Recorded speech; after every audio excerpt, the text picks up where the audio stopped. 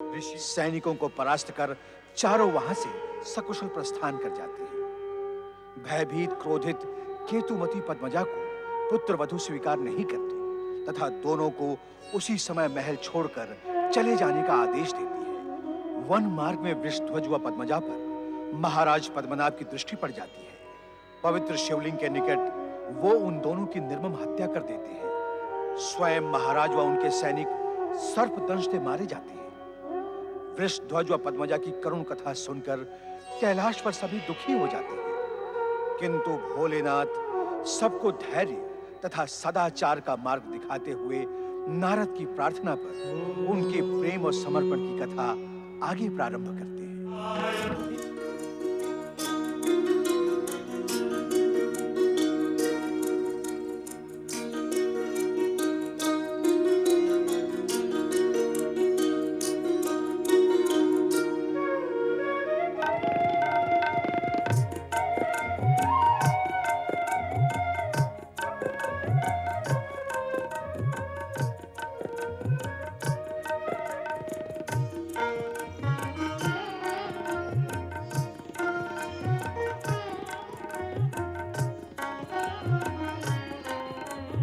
रानी, रानी,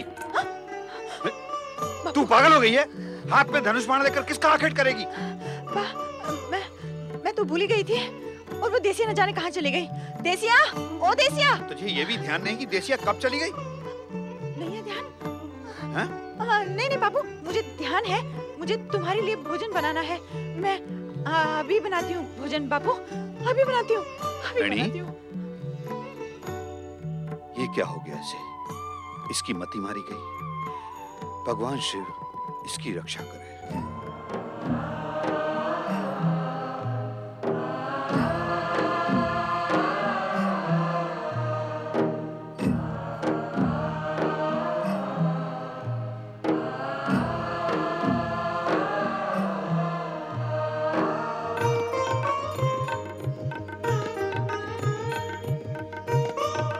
पति परमेश्वराय नमो नमः।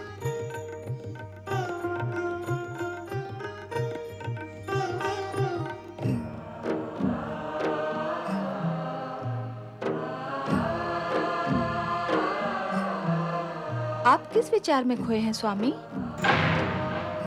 भोलेनाथ, मैं आपसे कुछ पूछ रही हूँ, मुझे उत्तर दें। मुझे उत्तर दें।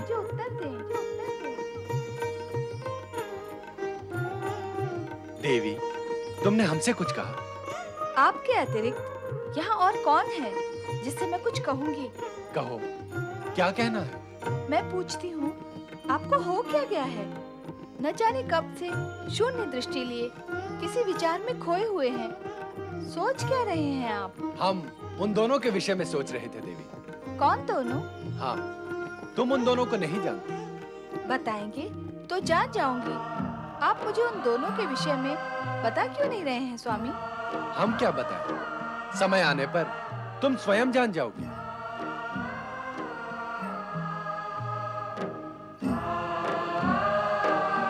कन्नाप, ओ कन्नाप, आखेट का समय हो गया है, शीघ्र आ, व्यर्थ समय न गवा।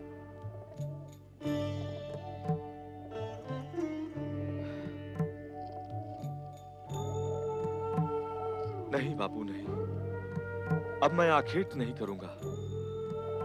उन मुक्त प्राणियों के प्राण नहीं लूंगा। क्या बिगाड़ा है उन निर्दोष प्राणियों ने हमारा? हम क्यों उनकी हत्या करें? क्या रे? अब तो क्या संत महात्मा बनेगा? हैं? ऋषि मुनि बनेगा? अरे तेरी मति क्या मारी गई है रे कन्नप? अरे मति भ्रष्ट, हम लोग बनवासी हैं, बनवासी। आखेट करना हमारा धर्म है, उसके बिना हमारा जीवन नहीं चल सकता। पर मैं पूछता हूँ, तू कब से ये दया का सागर धर्मात्मा बन गया रे? बापू, आखेट करना राजा और राजकुमारों का काम है, हमारा नहीं। अरे मती के मारे, बालपन से तू आखेट करते करते ही बड़ा हुआ है और अब तुझे पशुओं पर दया आने लगी है। हाँ, हाँ बापू, मैंने बालपन में आखेट किया है, पर उस आयु में बुद्धि कहाँ होती है भले बुरे उचित अनुचित को समझने की। अच्छा अच्छा अच्छा, अब तू बड़ा हो गया है, भला बुरा समझने लगा है तू, हैं? हाँ, जब से भगवान भोलेनाथ के साक्षात दर्शन हुए हैं, तब से मुझे अपनी भूल समझ में आ गई है। इसलिए मैंने निर्णय लिया है कि अब मैं कभी भी आखेट नहीं करूंगा। मैं निर्दोष पशु की हत्या नहीं करूंगा। अरे नहीं करेगा तो तू क्या घास पत्तियां खाकर पेट भरेगा, हैं? अरे पशुओं को नहीं खाएगा तो क्या पशुओं का खाना घास पत्ती खाएगा? तो क्या हुआ? जगत के अधिकतर प्राणी जो बुद्धिमान हैं, वो घास पत्ती खाकर ही पेट भरते हैं। तो फिर मैं क्यों नहीं खा सकता घास पत्ती? की बात को ठुकराने वाले कपूर, जा निकल जा यहाँ से। आज से तेरा मेरा कोई नाता नहीं, कोई लेना देना नहीं। जा चला जा। मैं समझ लूंगा कि किसी नरभक्षी बाघ ने तुझे अपना आहार बना लिया। बापू, तुमने जीवन भर निर्दोष पशुओं की हत्या करके घोर पाप किए हैं। पता नहीं उसका दुष्परिणाम और फल तुम्हें कितने जन्मों तक भोगना पड़े, पर अब भी समय है। ये मार काट और हत्या का अनुचित कार्य त्याग कर तुम भगवान भोलेनाथ की शरण में आ जाओ। वो तुम्हारे सारे पाप मिटा देंगे, वो तुम्हें क्षमा कर देंगे, सद्बुद्धि देंगे तुम्हें सन्मार्ग पर चलने की प्रेरणा देंगे। नहीं, मतलब मेरे सामने उस भगवान का नाम जो पिता पुत्र में भेद और वाद विवाद करवा देता है। जा निकल जा यहाँ से। मैंने कहा ना, निकल यहाँ से। भोलेनाथ, ओम नमः शिवाय, ओम नमः शिवाय, ओम नमः शिवाय।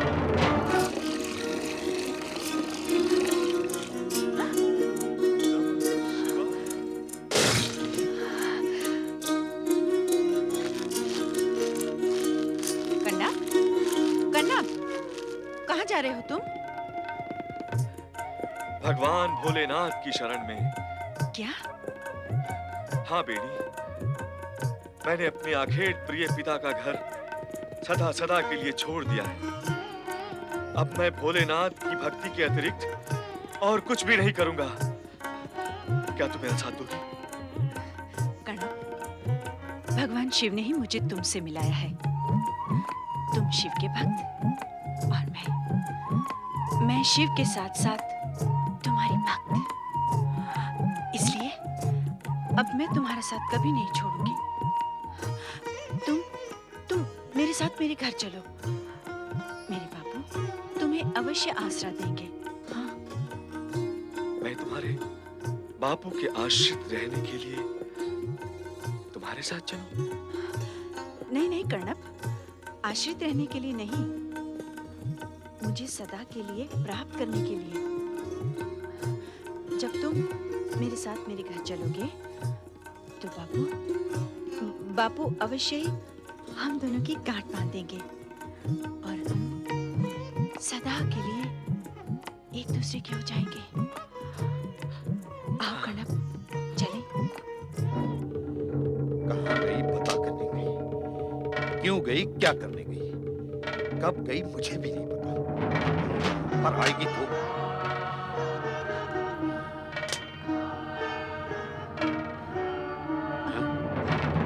बापू, ये कन्नप है। हाँ हाँ, ये कन्नप है और तू बैणी है, मैं जानता हूँ। जो जानता हूँ वो मत बता, जो नहीं जानता वो बता। कहाँ गई थी तू, हैं? बापू कन्नप कन्नप क्या लगा रखा है तूने? तुझे किसने कहा था इसके साथ आने जाने के लिए, मेल जोल बढ़ाने के लिए? मैंने कहा था? नहीं ना, मैं कह भी नहीं सकता, क्योंकि मुझे ये कन्नप अच्छा नहीं लगता। इसका मुख देखने को मेरा मन ही नहीं करता।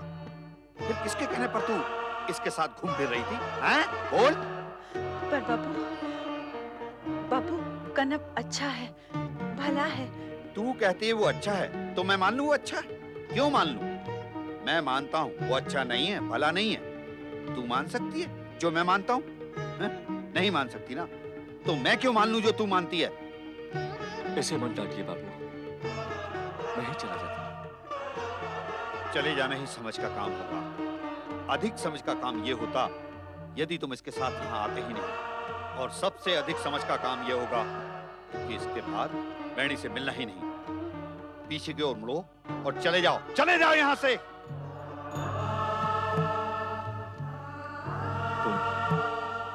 तुम मेरा साथ देने की बात करती थी ना वीणी, देख लिया ना, मेरा साथ देना किसी के वश में नहीं। अरे जब स्वयं मेरा पिता ही मेरा साथ देने के लिए तत्पर नहीं है, तो इस जगत में और कौन मेरा साथ देगा? हाँ, केवल भगवान भोलेनाथ ही मेरा साथ देंगे, और उनके अतिरिक्त और कोई मेरा साथ नहीं दे सकता। नहीं कनप, कोई नहीं दे सकता। रुक जाओ कनप, कनप रुक जाओ। ओम नमः शिवाय, ओम नमः शिवाय, ओम नमः शिवाय, ओम नमः शिवाय, ओम नमः शिवाय, ओम नमः शिवाय, ओम नमः शिवाय, ओम नमः शिवाय, ओम नमः शिवाय, ओम नमः शिवाय, ओम नमः शिवाय, ओम नमः शिवाय, ओम नमः शिवाय, ओम नमः शिवाय।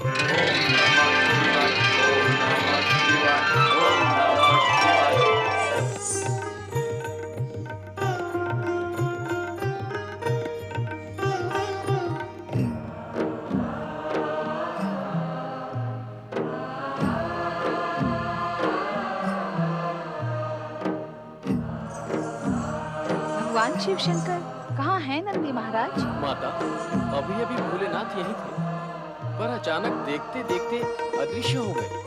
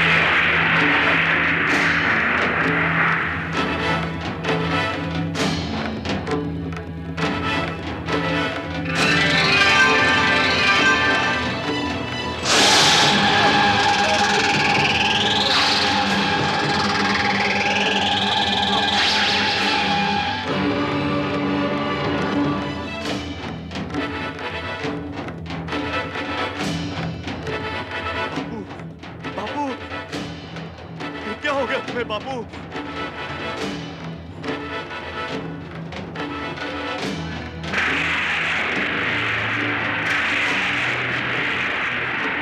ये किसने किया? प्रभु भोलेनाथ, ये क्या हो गया आपको? किसने आहत किया आपकी आंख को?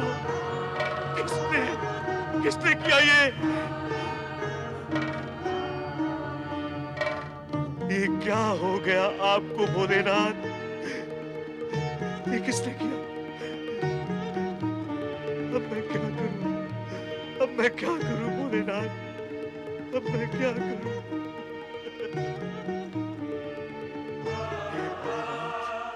यदि आपकी आंख को कुछ हो गया तो भक्तगण आपकी कृपा दृष्टि से हीन हो जाएंगे।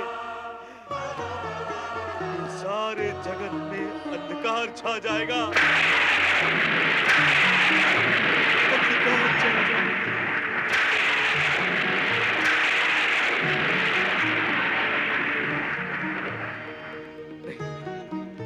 भोलेनाथ, मैं ऐसा नहीं होने दूंगा।